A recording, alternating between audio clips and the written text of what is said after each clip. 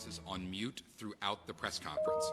When the question and answer portion of the press conference begins, please continue to keep your phone on mute, and you'll be called upon to ask a question.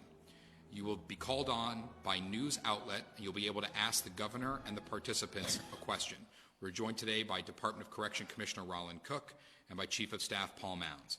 Please be patient as we go through the list of journalists participating in the press conference. Names?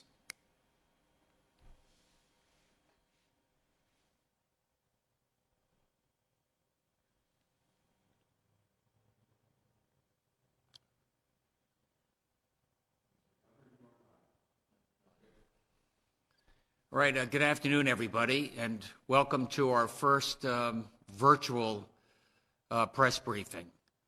I'm here with Paul Mounds and Roland Cook. I'll introduce in a minute.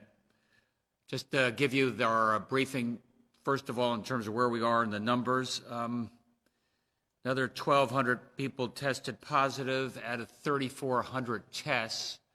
I think what makes that interesting or not is that really is a reflection on the number of tests we've had. 36% testing positive is slightly higher, but that's a number that goes up and down. We'll talk about why that may not be the best indicator of what's going on.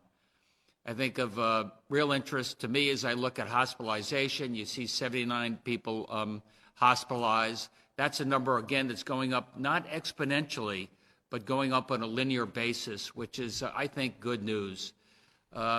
17 fatalities is never good news, but again, it's a number that's not going up exponentially.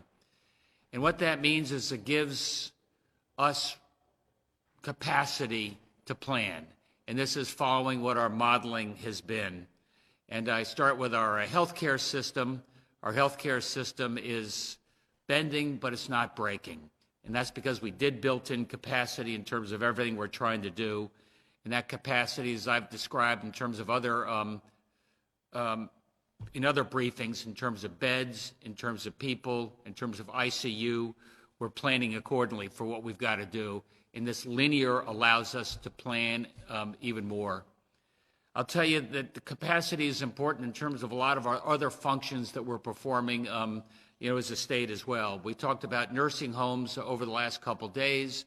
Obviously, the infection rate in the nursing homes is high and continues to grow. The good news is we have several nursing homes, 1,000 beds. We're getting them online. We're going to have COVID-only nursing homes. And that means we're going to have COVID-free nursing homes. And that gives us a lot more confidence that we'll be able to contain the virus. And a Kirkland, Washington type situation is a little less likely to occur. Obviously, other group settings include the homeless. And again, they're folks living in close quarters where we got to be able to quarantine out those who have tested or contact somebody who is COVID positive and get them quarantined. And we've created about, I think it's 1,500 beds spread across 14 hotels, mainly double rooms. Again, so we can get the homeless taken care of in a safe and quarantine area and are much less likely to be able to disperse walking around a community. Roland Cook is our great commissioner on corrections. There's been a lot of talk about corrections, and I'll ask him to speak in a few minutes. But what's important to know there is, like with nursing homes and like with the homeless, over the last 3, 4, 5 years, we have extra capacity in our nursing homes. Over the last couple of months, over 700 people have been released, low violent, lowest risk folks who are incarcerated are there for very minor probation-related issues. And on the other side of the equation, Roland is also looking at the oldest of our folks who are incarcerated, those who might be most likely to be at risk to a COVID infection. And again, seeing where they can be treated most safely. Is there a safe place outside of the correction facility where they can be taken care of? Or perhaps one of our negative pressure zones in the correction facility itself, which is quarantine, is the safest place. That's what our real priorities are. Moving to this next page, I want to talk a little bit about, the demand curve and what you see in terms of the increase in folks who are infected in our state. And it's a little tough to see, but this was in the president's briefing over the last couple of days, and I had dozens of people say, I can't read it. Can you describe what's going on, especially as it impacts Connecticut? I think one thing you should know is that when New York City sneezes, Connecticut catches cold. And that's what happened in terms of the spread of the virus from New Rochelle. We talked about it, the pandemic in and around greater New York City. And you'll see going up further on, so I'll break this down county by county. But this chart gives you some very interesting things. You'll see the rate of increase in New York City. New York State is a misnomer. It's really New York City going up, followed by New Jersey, followed by Louisiana. I think I mentioned they have a real pandemic in their New Orleans area, followed by Massachusetts is going up. Connecticut, our rate of increase is not going up quite as quickly.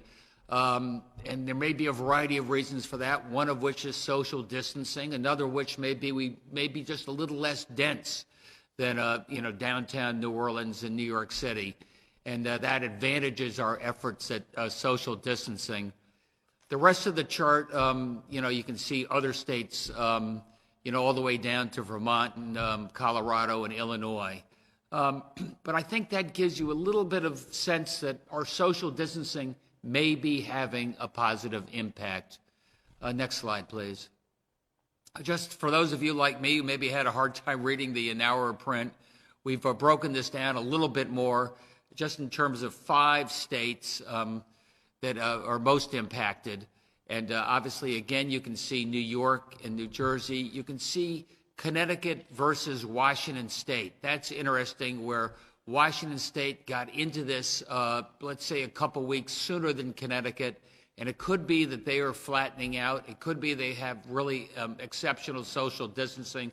It could be they got people into critical care faster, but there they've flattened out that curve in a way that Connecticut is attempting to flatten out that curve it's too early to say with success, but making progress. California, you see in the bottom there, they were early on. And they were early on in terms of social distancing, as was Connecticut. And so you can see they really have flattened out that curve in a meaningful way. So I think we have some information that indicates, to the degree to which you think testing in infections is a good barometer, which I can counter in a second, we are beginning to make some progress thanks to our social distancing effort. And because we're able to slowly flatten that curve, not going up quite as fast, again, it gives our hospitals, and not to mention corrections and nursing, a little more room to plan accordingly. This is important because we're on with Dr. Ambassador Birx today, who you've seen on the White House briefings, and we said it's misleading to talk about this pandemic in terms of states. Obviously, southern Connecticut, you're 10 times more likely to be infected than you are in, New London County. So you have to think about this in terms of regions. And to try to reinforce our case, we've got this issue here for you to look at, positive cases by county. Again, you can see Fairfield is leading the pack. You can see New Haven is accelerating as well. Hartford a little bit flatter. New London, Tolland, Litchfield, obviously a lot slower, in part because they're further from what was the heart of this in greater New York area, and we've had a little more time to plan and prepare there. Again, at one point, we thought that Fairfield and New Haven would be like a hockey stick, and right now that's more linear. It's going up. Don't let anybody tell you otherwise. But because it's going up on a linear basis, that gives us a little more time to plan. This is a chart I want to spend a minute on because it's much more reflective of what's going on, and that's hospitalizations. A lot of people take a look at the infections, and you'll see they've bounced around a little bit, going up, going down. What does that mean? That often is a reflection of simply testing. Well, hospitalizations, whether we've tested only 5% of the folks or 20% of the people in, say, New Haven County, Hospitalizations is a better indicator of what's going on in that greater community, what's going on in terms of a community infection. Hospitalizations and sadly fatalities are graphs that I think are maybe a week to 2 weeks behind infections, but perhaps a better indicator of what's going on and a better indicator for us when it comes to modeling. And I think you can see here, it's a little confusing, the day-by-day change, but you'll see the day-by-day change is not going up day by day. The daily count line, that orange line, is going up, again, on a linear basis. I take this as reasonable good news. Reasonable that situation could have been a lot more severe. We might not have been flattening out the curve, or at least making it more linear, and this gives us a lot more room to breathe. The next chart is sort of a reflection of what you had before. Again, in Fairfield County, you can see we had 41 additional hospitalizations. New Haven behind it, but only 12 more hospitalizations. So while their infection rate went up a lot, in part reflective of testing, their hospitalizations are going up modestly, again, which gives us time to plan. No new hospitalizations in New London. Is that one less in Wyndham? I mean, this is one of the things we are going to be working on for you over the next couple of days. I'm telling you all the new hospitalizations, but we're also going to show you discharges so you can see what the net increase or decrease is. You'll see in New York City over the last 4 or 5 days, the rate of the net increase in hospitalizations actually went down. They're building a little bit more capacity. And I think you're going to see a similar trend here, again, which gives us hope that when it comes to ventilators, when it comes to PPE, when it comes to ICU beds, when it comes to hospital beds, we are building ourselves some room. And that is what we always tried to do when we talked about flattening the curve. Again, the Dr. Burke's analysis, when you saw everything going on with infections, can be a little bit misleading. There's the denominator and there's the numerator. And I think it may mean in terms of our modeling that some of our worst case scenarios, that 20% of the people tested end up going to the hospital. He's found to be carrying a virus. Well, in fact, our hospitalization rates may be a lot lower than that because the number of people hospitalized is not based upon just the number of people we've tested, but it's based upon everybody that's infected out there. So, Josh and our DPH team are working carefully as we relook at these models all the time to see how fast we get to that apex, how fast we can flatten that curve, and what the gradual downslope on this will be. We were just on with the Vice President's task force, and he gave us some sobering reminders that when we talk about the next day, it may not be the next day, it may be the next year. And it may mean that there are a series of rolling pandemics over a period of time. So we're thinking very carefully about, as we maybe get to the backside of the increase in our infections, the increase in our hospitalizations over the next couple of months, how can we thoughtfully get people back to work without having another wave of infections? And a lot of that's going to be in and around more broad-based testing. You'll probably see from the first graph that while a lot of folks are saying our testing is down, we had 3,400 tests I showed you, came in yesterday. And I've told you about Semaphore, I've told you about Abbott Labs. Our testing is going to be going up dramatically. And what testing allows us to do is to see red, yellow, green, what it looks like in terms of infection and intensity in given areas, and where we might be able to get people back to work sooner. I am working with a number of folks, including our friend Ryan Drazowitz, in terms of antibody testing. And antibody testing, I'd like to think we'll be able to roll out in the none too distant future. What does antibody testing mean? That's a blood test. And that will tell us who was built up in immunity to the COVID virus, who maybe was infected, didn't know they were infected, who was of an age group and they have the immunity. They're the ones we can get back to work. They're the ones that are going to keep our manufacturing going. They're the ones we get back in terms of construction. They're the ones that we can get back into our workforce sooner. This is something we're going to do on a very thoughtful basis to make sure we don't have a second wave, as happened in the Spanish flu and other situations.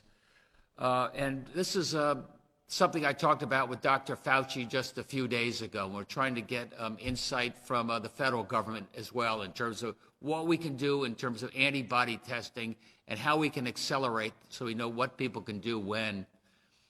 And before, introducing Roland, I will say I'm cutting off here to go talk to Secretary Esper. He's our Secretary of Defense. And when it comes to our manufacturing base, they look to Connecticut. They look to Electric Boat. They look to Sikorsky. They look to Pratt.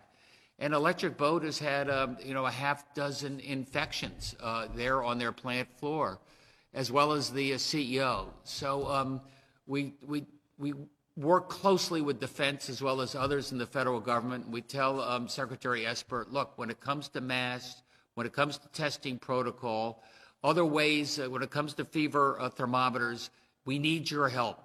You want us to prioritize these workers. We need you to help prioritize these folks so they can keep defending America on the front lines, but do it safely. With that, let me introduce to you Commissioner Cook. He's been a great friend. He's, taken over our real efforts at criminal justice reform in our corrections facilities. And right now, like a laser beam, he's focused on public health for all of our people, including those in our correctional facilities. Roland? Thank you, Governor. Good morning, everyone. I'm Roland Cook. I'm the Commissioner of the Department of Correction.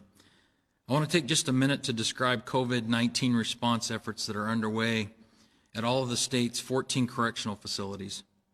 Immediately following Governor Lamont's declaration of public health emergency, the agency began implementing policy to protect our employees and the offender population we care for.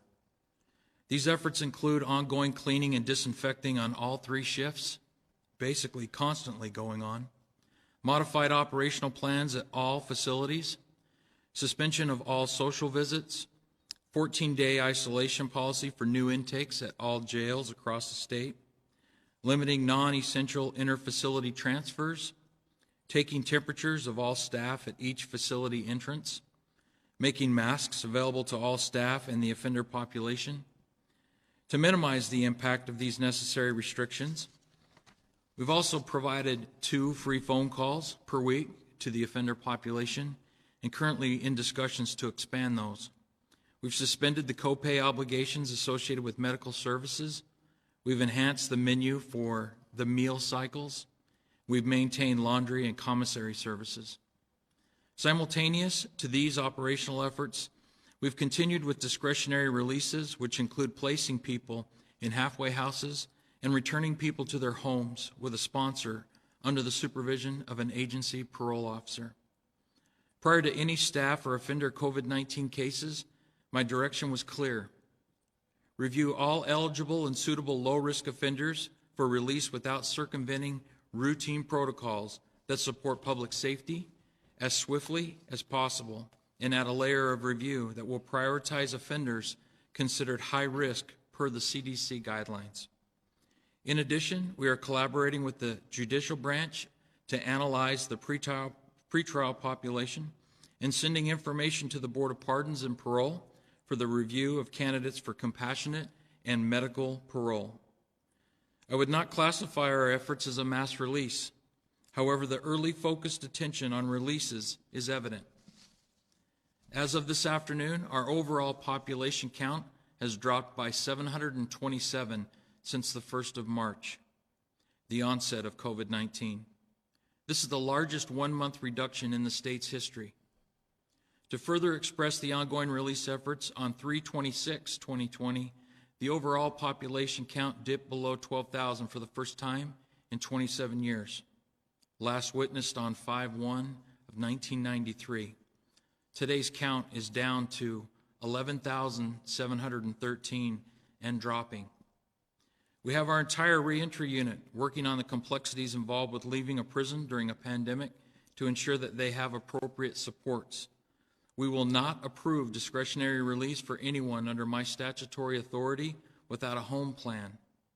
We understand the concerns COVID-19 creates for shelters. I'll close just by thanking the dedicated first responders, our health services personnel, our correctional officers, our support staff within the Department of Correction. I can't overstate their dedication throughout this challenging time. They're truly the unsung heroes of this pandemic. Thank you. Thank you, Roland. We can take some questions here, and Paul Mounds, Chief of Staff, is here as well. All right, I will call on reporters individually, and you can unmute yourself. I ask everyone else on the teleconference to remain muted. We'll start with Fox 61, question for the Governor, Commissioner Cook, or Chief of Staff Paul Mounds. Fox 61. Hi, this is Zinnia Maldonado from Fox 61. We had a question in regards to the unemployment backlog. Last week, Governor, you actually agreed that there is a major backlog at the Department of Labor. Is there any guidance for the people of Connecticut worried about when they may receive assistance for unemployment?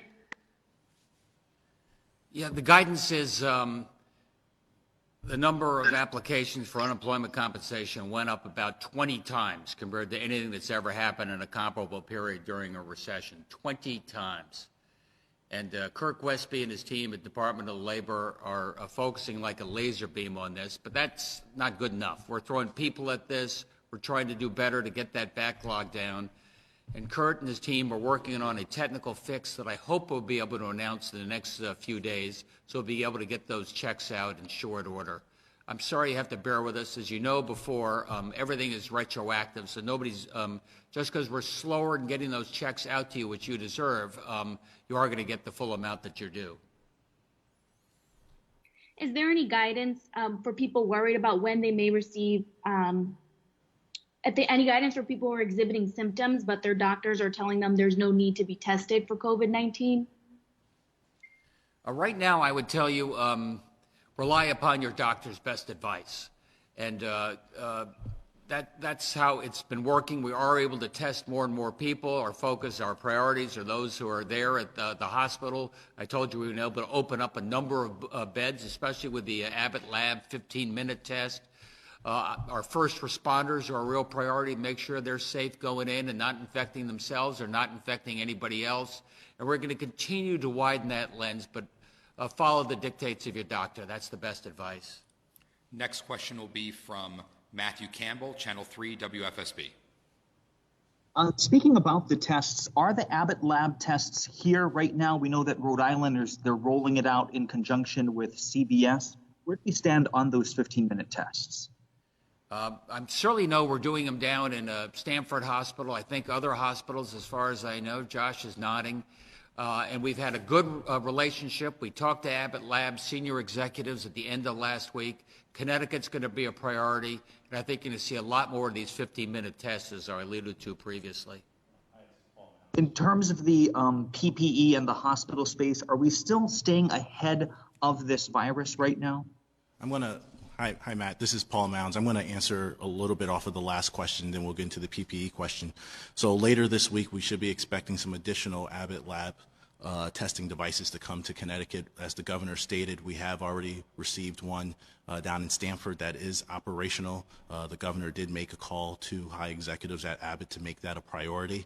But we are one of the few states that are going to be on the top of the list in terms of receiving Abbott Lab testing devices here in Connecticut. So we should see that arrive at DPH and then for distribution later this week. And then where do we stand on the PPE and the hospital space right now? We know that, this is going to be a very trying week. How are we in maintaining the status quo right now? We have a supply right now. We have a supply thanks to the aggressive efforts of our hospitals. They've been able to get enough to keep going for the near term. We have a very good accounting of where the PPE is, where the ventilators are, where they're needed. So our hospital system is working as one, as I suggested before, so we have to buy more time. We may be able to mix and match. And I will tell you that we were on the phone with the senior executives from the company that has the sterilization process and equipment for the PPE. It's been certified by the FDA. They're just beginning to release that now. And I have it on very good authority that Connecticut's going to be at the very top of that list for getting that equipment. Next question will come from Kellen Lyons with the Connecticut Mirror. Hello, this question is for Commissioner Cook. what's the point at which officials decide when to test an inmate? Is it when they're showing symptoms, or is it if they have underlying medical conditions or elderly? Do they have to show symptoms for a certain number of days? I think I heard most of the question, Kellen. What we try to rely on mostly is the person's symptoms. Obviously, our medical staff are closely monitoring the different people that are showing those types of symptoms. Also, our staff and stuff are working closely with the inmates to watch those types of things. So typically, it has to do with what sort of symptoms that they're showing at the time.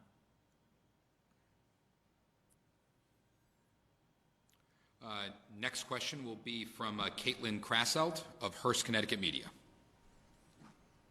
Hi. I have a couple of questions. First, how many of the death certificates say COVID-19 was the cause versus had COVID at the time of death? And then I'd also like to know if the governor has a comment on the protest that happened outside the residence this afternoon. What was the first part of that question, Paul? Yeah. Hi, Caitlin. On your first question, that would be best stated for the chief medical examiner, whose role is to make determination of death. As you know, as Dr. Carter explained on Friday, the DPH and part of their data takes into account individuals who have tested positive for COVID-19.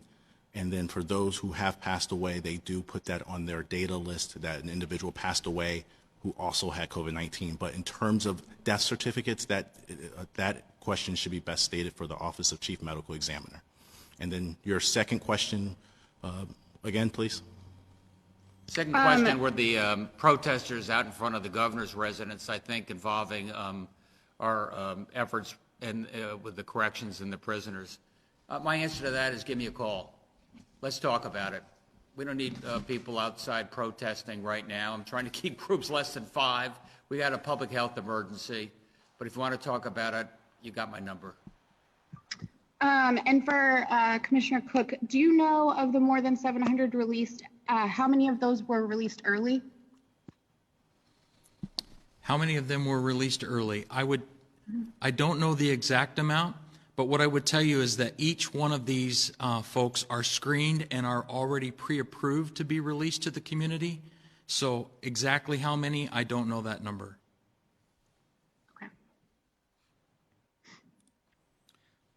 Next question will come from Lisa Backus of Connecticut News Junkie.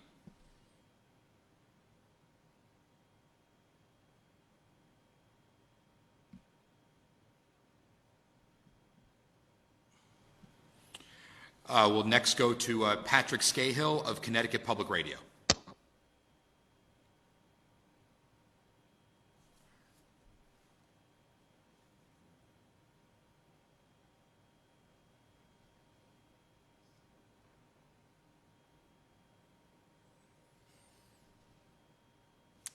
WTIC News Radio.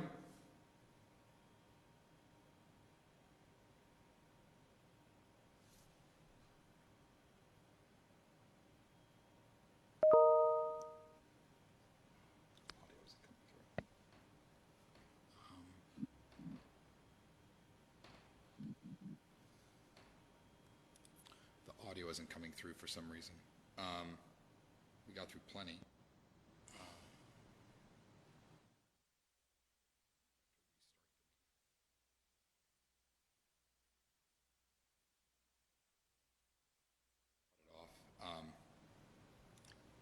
Looks like maybe there are not any questions right now, or at least we're having a hard time getting them. Let me just conclude with this. I'm sitting here looking at 10 empty seats.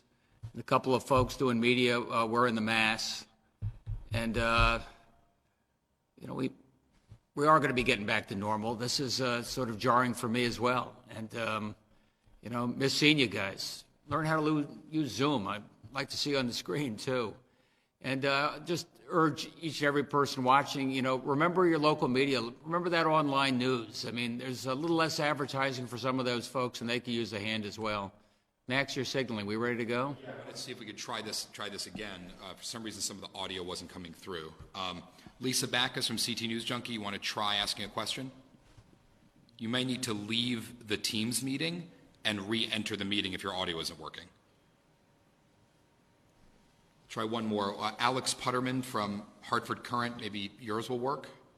Yeah, can you guys hear me? Yes, we can. Hey, Alex. Great. Hey, Governor, you've talked a lot about the 50 ventilators that you were expecting to receive. Have those been received, and where does the ventilator supply stand right now? The 50 ventilators have been received, and most of those were circulated downstate where they have the greatest need right now. I think, don't tell this to the White House, but we're doing the very best we can to maximize our ventilators so we still have some capacity so nobody's at risk right now. And then we've gotten a lot of response to your guys' model from last week. It looks like it showed that as of today, you would need 4,000, 5,000 hospital beds, which is a lot different from the numbers you're releasing of people who are actually hospitalized. And even if you consider people who are hospitalized but haven't tested positive yet, it still wouldn't seem to account for that very large amount. So I'm just wondering how that kind of works and how you reconcile what the model is showing should be the situation according to the projections with what is actually the situation on the ground. I can tell you that we're greatly expanding the number of beds we have. Hospital beds, intermediate care beds, ICU beds. They're up almost double over the last month, and I'd like to think, as Josh said, we could get up to 12,000 as needed, depending on where the peak of this apex looks right now. We try and refine the modeling every day. We look at what's going on in New York. We see things flattening out a little bit in Louisiana. We see the trends coming up from Fairfield County into New Haven, which is where the major growth is. I told you the good news is it's linear right now, and that allows us to model even more carefully. Right now we have the beds, right now we have the ventilators, and right now we have the PPE to take care of things. Thanks. We'll next go to Christine Stewart. Hi, guys. Can you hear me? Hey, Christine. Hi, Christine. Hi. This question is for Commissioner Cook. First question's for Commissioner Cook. Last we knew, as of Thursday, there were 16 staff members and 8 inmates throughout the state prison system that tested positive. Do we have an update on those numbers? We do. As of this morning, we have 30 staff and 21 inmates. Okay. And how are those inmates being quarantined? So they're being placed into just exactly what you said, quarantine units with just folks that are positive for COVID-19. And we're looking at other ways that we can start to centralize some of that health care so that we make sure that we're taking care of them even better. And Governor Lamont, will we know when the nursing homes, the COVID positive nursing homes, do we have a list of the names of those homes, and when will those be released?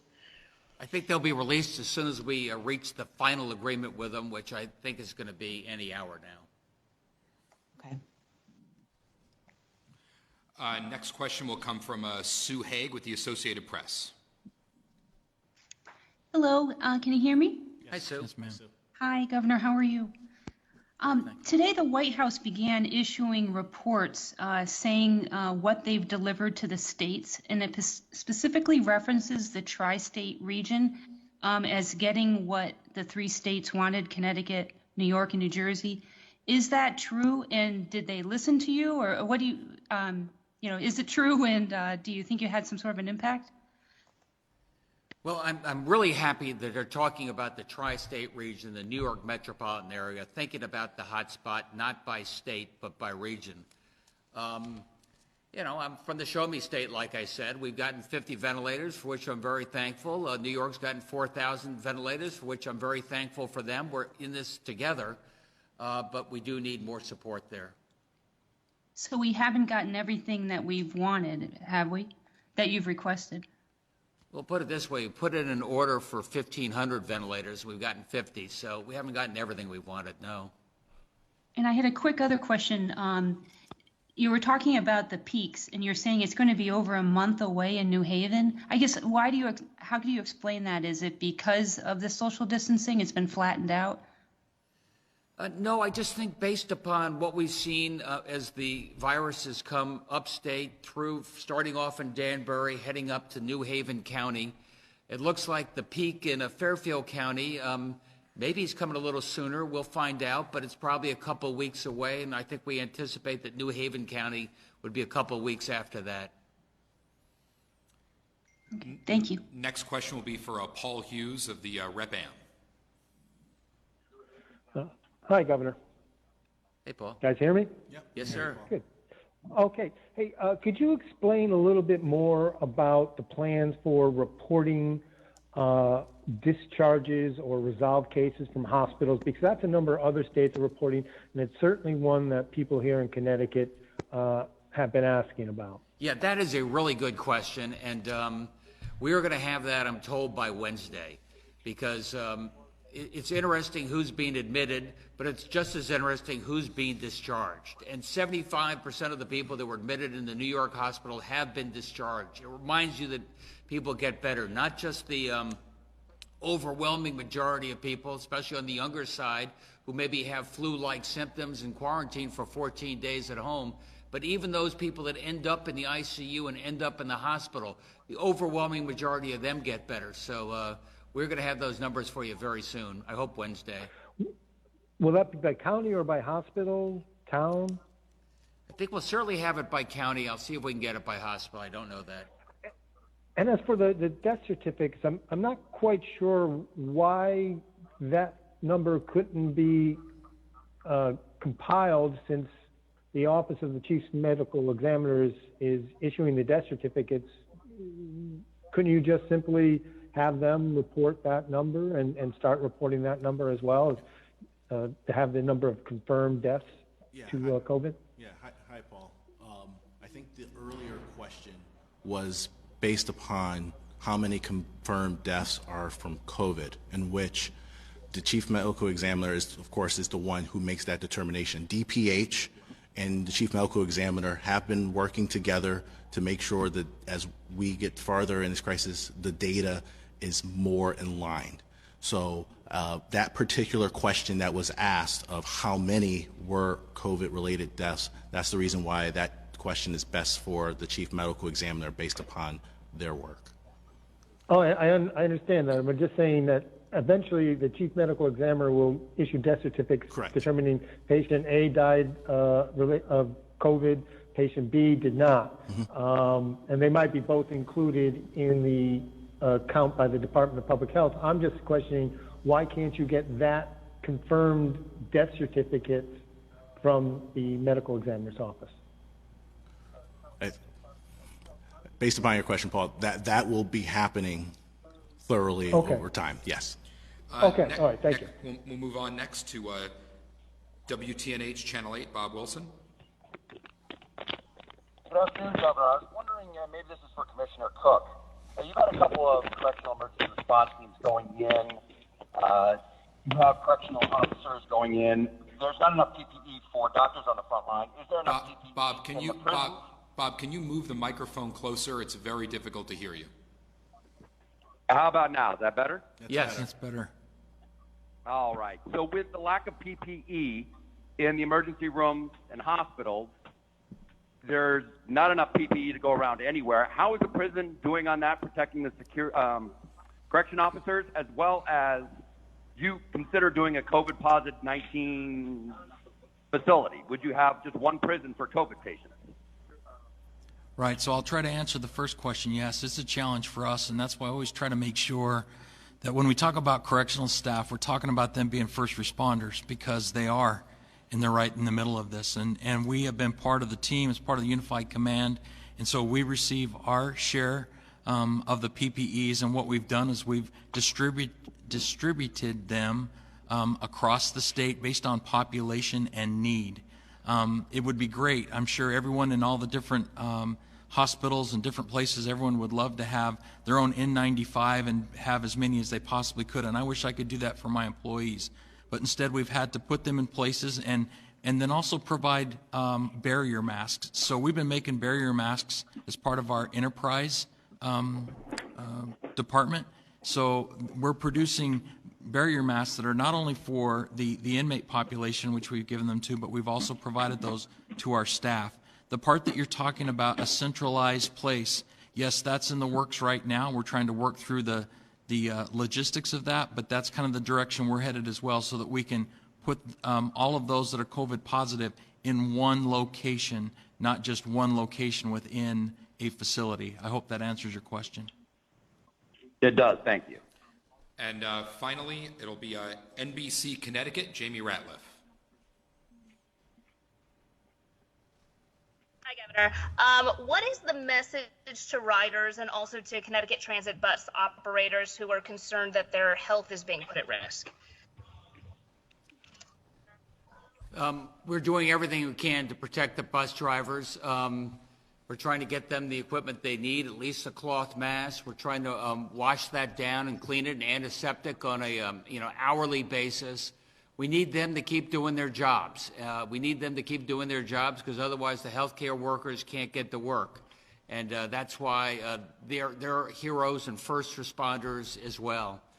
By the way, when we have the COVID unit and the non-COVID unit, that does extend the use for our PPE. So you don't have to constantly change it going from one unit to the next. So that's part of what we're trying to do to make sure we can maximize the use of PPE, maximize the use of protective gear, get the desanitizing equipment in the next couple of weeks so we can desanitize this and do everything we can to protect you, be it a bus driver or nurse or somebody serving food in some cases.